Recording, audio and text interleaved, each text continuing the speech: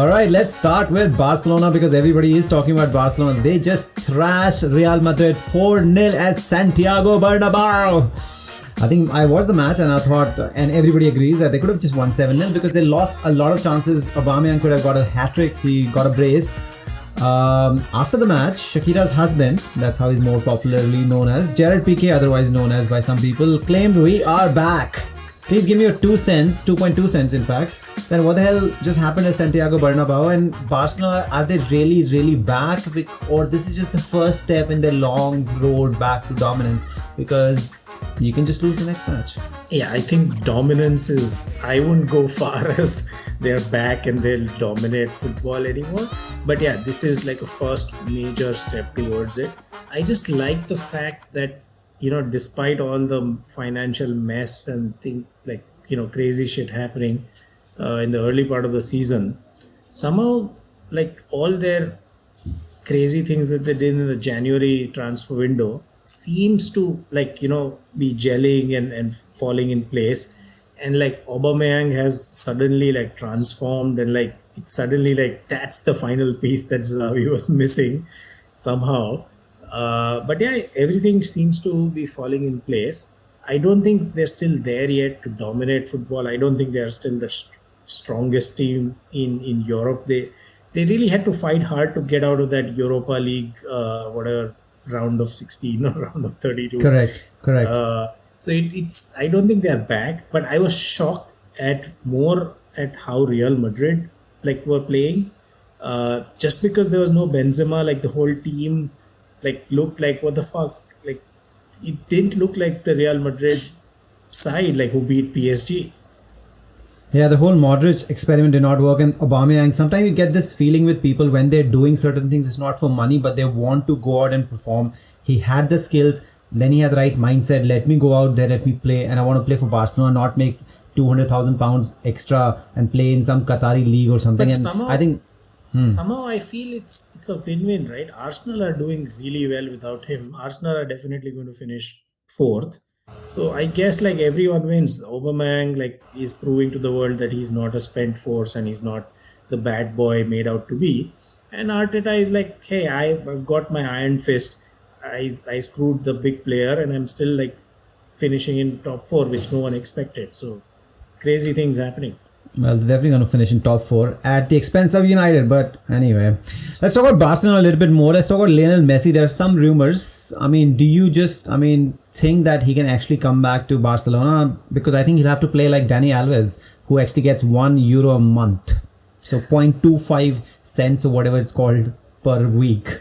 He'll have to do that. Because he's really not gelling at PSG. Something can happen. I mean, if he just accepts a massive pay. Won't it upset the apple cart as well, whatever Xavi is trying to do? It will. I don't see Messi going back to Barcelona. Unless he's 37 and last year, he'll play probably 10-15 matches a season. He's coming to the last year of his career and he wants to finish at Barcelona. That might happen. But he's probably 34. He has 2 or 3 years left in him at least. So I don't think he'll go back to Barcelona next season. He might go there to end his career, the final season. But I don't think he'll go to Barcelona. Or Xavi might want. He's just getting things right without Messi. You don't want that big personality and then suddenly you're how Ronaldo came to United.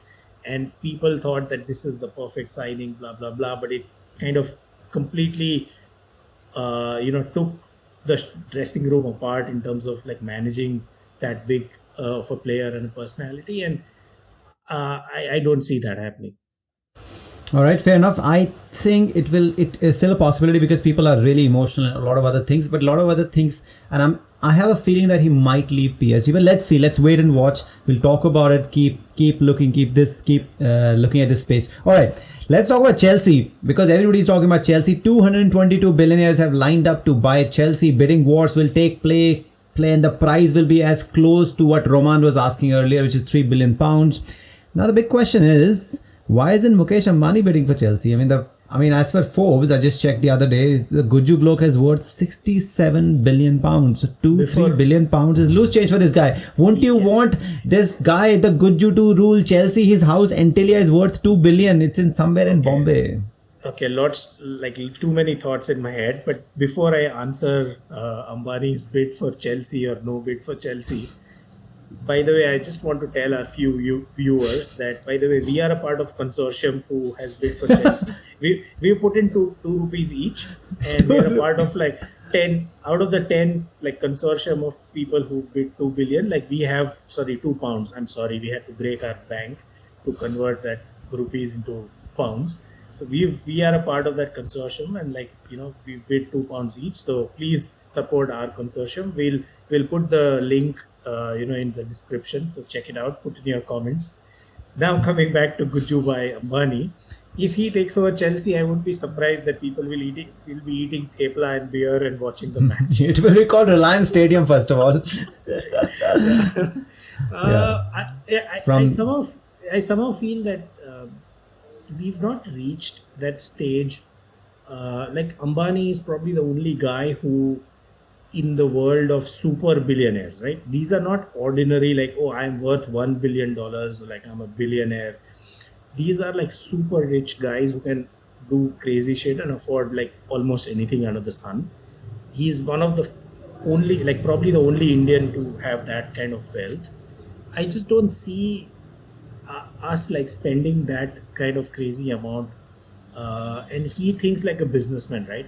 This Mumbai Indians, he bought like for peanuts, like in the first edition of IPL.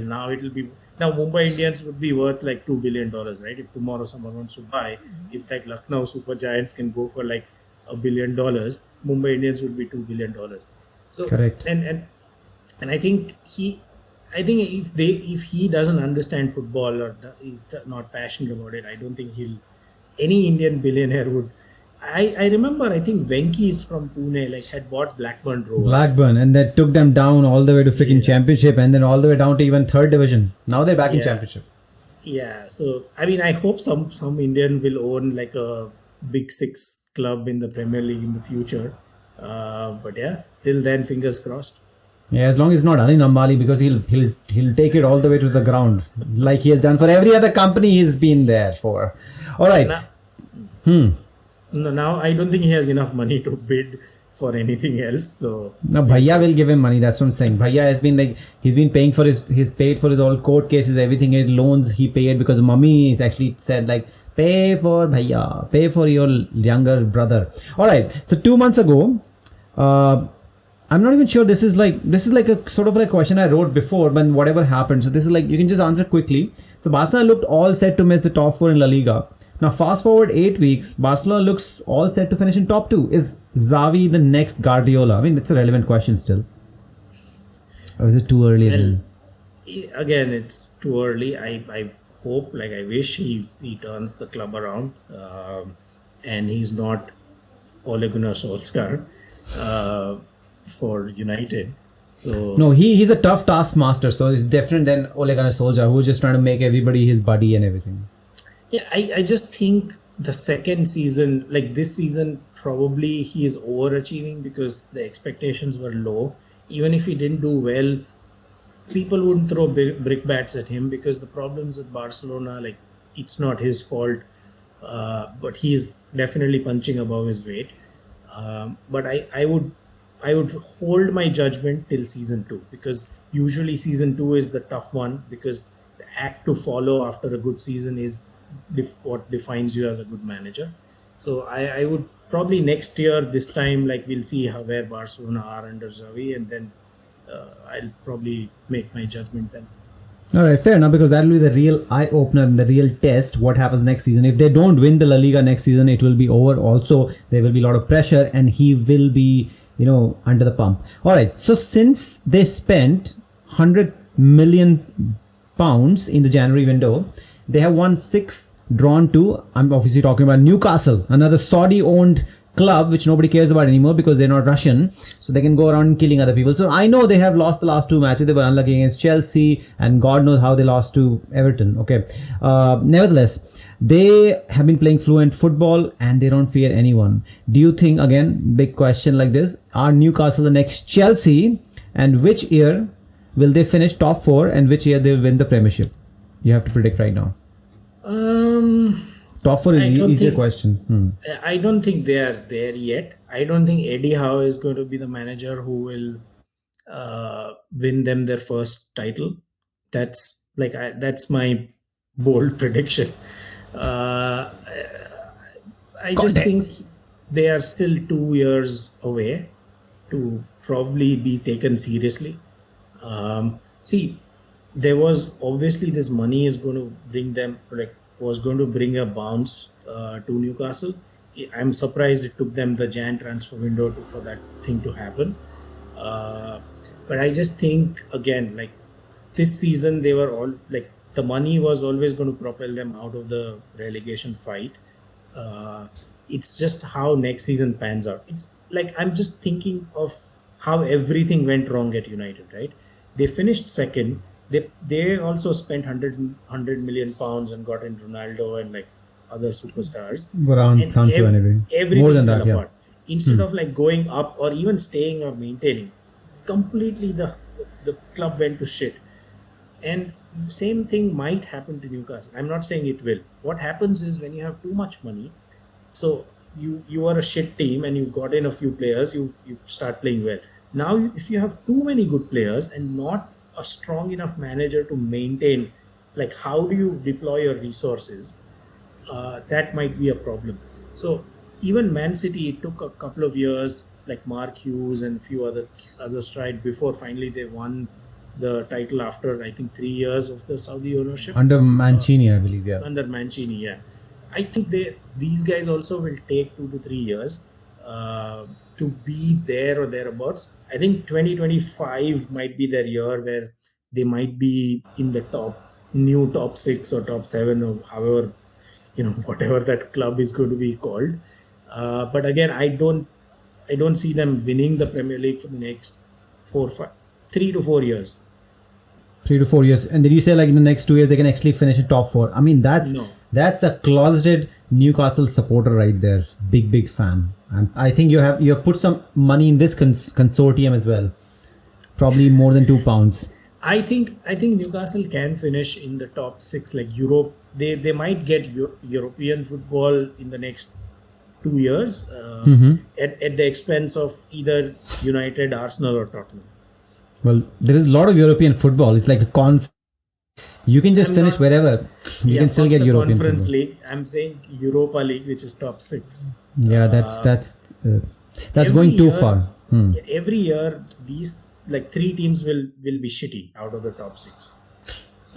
Most likely it'll be United, Tottenham, and Arsenal, because they are like, I don't see. I mean, Chelsea might get thrown into that mix with the new ownership, like if they don't spend the money and things like that. I see Liverpool and Man City dominating English football for the next 5 years at least. So it'll be out of those four who might lose out to Newcastle or likes of West Ham. Yeah, I think United can only go up, and I think Manchester City eventually. I think in the next couple of years, Guardiola is leaving. A lot of things can happen. Liverpool also, if this guy also leaves, things can change. Which I just want, in the last of this pod, I want to talk about the Alex Iwobi's goal. It was a 99th minute goal, stoppage time goal after I think it saved Frank Lampard's career. This is the match that Newcastle lost, and also it saved Everton from getting relegated. And I don't know if you watched the match, but if you've seen it, Alan's red card was harsh. It was harsh. Yeah. I think it was just stupid. What the hell Yeah, was that I all think- about? It's just, I think the first instinct of the ref was right. It was a yellow. There was no red card at all. And I think VAR got the Yeah, correct. referee to Whatever, check. whosoever the guy is there who always makes so many Yeah. mistakes, I'm forgetting his name, but the referee was correct. Awesome. Yeah, I just think that there was no need for VAR to intervene. I don't think it was a red card offense. But anyways, I think going to the first part of the question, yeah, you're right. It might just have saved Everton's season. if they would have lost that match, ooh, things would have gone into a frenzy. Especially with Leeds also winning their match, Everton would have been shit scared, and a lot more supporters would have stuck themselves to the goalpost after that. Oh, that match. was funny. That was funny. That was somebody related to me. So I could relate to it completely. All right. So what we learned in this podcast is exactly what you said. I'm just going to summarize it. That you think Barcelona is going to be so amazing. Now they're going to be playing Newcastle in the next Champions League final just next year. I don't even know how Newcastle will qualify for the Champions League. But you said it. I didn't say it. And you also saw saying that Mukesh AMBANI is making a hidden bid for Chelsea and is already saying 3.3 billion, and Anil Ambani will be taking care of it. I do not know. I don't think this is a good decision, but that's what I've been hearing. And let's see if any of those predictions do come true, and United might actually finish in the bottom half as well next season. We can't rule that out. All right, that's about it from us, and keep listening. Have a good Monday. We'll see you next time. Take care. This is me, Gav, and this is Lal. Bye bye.